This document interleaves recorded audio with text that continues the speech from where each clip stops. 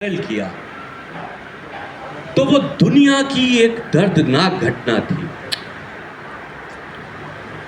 एक अनिल चंद्र का परिवार था सिराजगंज में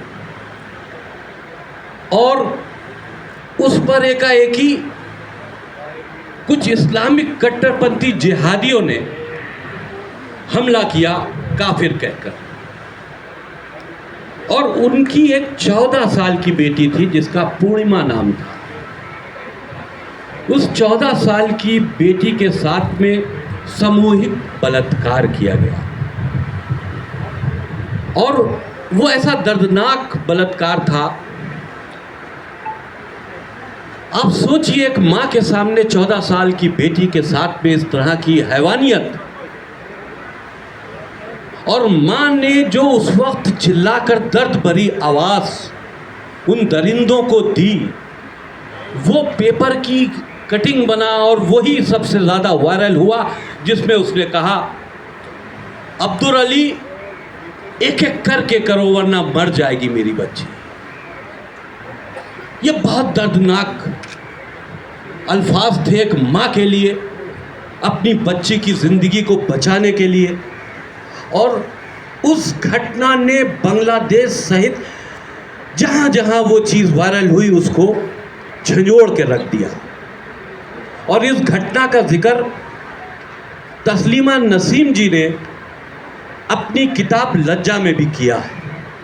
और उस किताब की ही वजह से कट्टरपंथियों ने, इस्लामिक जिहादियों ने तस्लीमा नसीम को बांग्लादेश में रहने नहीं दिया। वो अपनी जान बचाकर भागी, क्योंकि उस घटना का उन्हीं ने पूरा विवरण जो था वो अपनी किताब में किया था।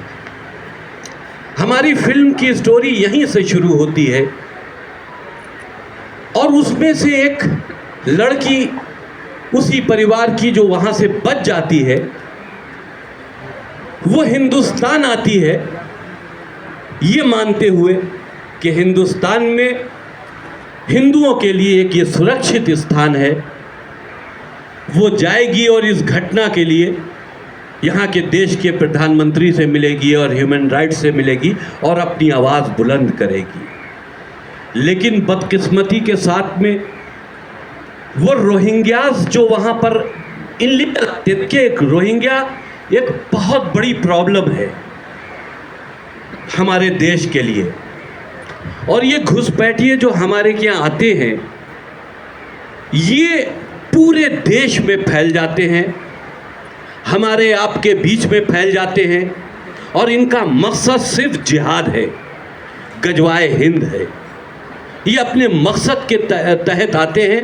लेकिन खेद के साथ ये भी कहना ज़रूरी है कि पश्चिम बंगाल की हुकूमत जो उनके लिए भारत में घुसपैठ करने के रास्ते खोलती है और खाली रास्ते न खोलते हुए उनके लिए हिंदुस्तानी फर्जी आईडीज़ भी बनवाती है और आईडीज़ बनवाकर, उनकी पहचान बनवाकर उनको देश में जगह जगह इस्टेब्लिश कर दिया जाता है। ये बहुत बड़ा फैक्टर है हमारी फिल्म का। देखिए, इससे पहले भी हमने राम की जन्मभूमि बनाई, उसमें हमने अयोध्या के इशू को उठाया। और ये the diary of West Bengal Rohingya कट्टरपंथियों की उस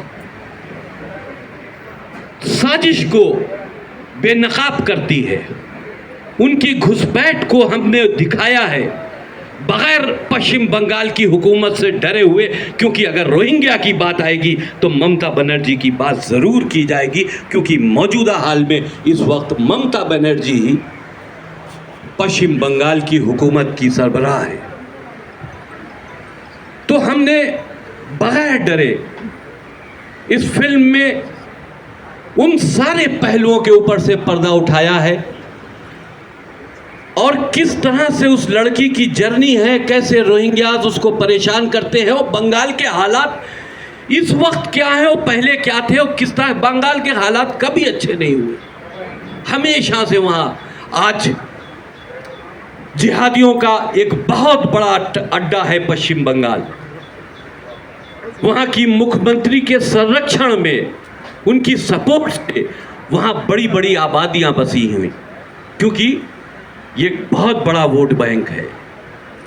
इस वोट बैंक के चलते अगर पश्चिम बंगाल की हुकूमत पूरे देश को खतरे में डाल रही है तो इन सारी चीज़ों से पर्दा उठाना बेहद ज़रूरी था। इसलिए इस मिशन को हम लेकर आगे बढ़े। सनोज भाई जो हमारे डायरेक्टर हैं, बहुत बड़ी इसमें इनकी मेहनत है, इनकी रिसर्च है, क्योंकि हर जगह इनका जाना, सारी ह्यूमन राइट्स से सारे कलेक्शंस करना, फिर स्टोरी तैयार करना, फिर लिखना, ये बहुत बड़ा टास्क था जो सनोज मिश्रा डायरेक्टर जो हमारी फिल्म के उन्हीं ने कबूल किया। और 30 अगस्त को हम ये फिल्म रिलीज़ करने जा रहे हैं फाइनली। और पूरा देश रोहिंग्यास के इशू को जानना चाहता है। पूरा देश चाहता है कि पश्चिम बंगाल में किस तरह से आज हिंदू जो बहुसंख्यक है वो पश्चिम बंगाल छोड़ने पर आमादा हो रहा है। पूरा देश ये जानना चाहता है कि उनके साथ ऐसा जुल्म, जाति भेदभाव क्यों हो रहा है, क्यों पश्चिम बंगाल दूसरा कश्मीर बनने की कगार पर आ गया है। ये बहुत बड़ा सवाल है। और हमारी फिल्म को सेंसर भी मिल चुका है। हमारी फिल्म में जितने आर्टिस्ट ने कैरेक्टर निभाए हैं वो सारे कैरेक्टर अपने में अनमोल हैं। उन्हीं ने उस दर्द को समझा है और अपने कैरेक्टरों में उसको उभारने की कोशिश की है। मैं सिर्फ यही कहना चाहूँगा कि पूरा देश जानना चाहता है कि बंगाल की असलियत क्या है। पूरा देश जानना चाहता है ममता बनर्जी की फोटो की राजनीति क्या है, जिसमें पूरा देश खतरे में कभी न कभी पड़ सकता है। रोहिंग्या जिहाद क्या है, लव जिहाद क्या है और इस्लामिक जिहाद क्या है, इस पर से हमने बखूबी पर्दा उठाया है।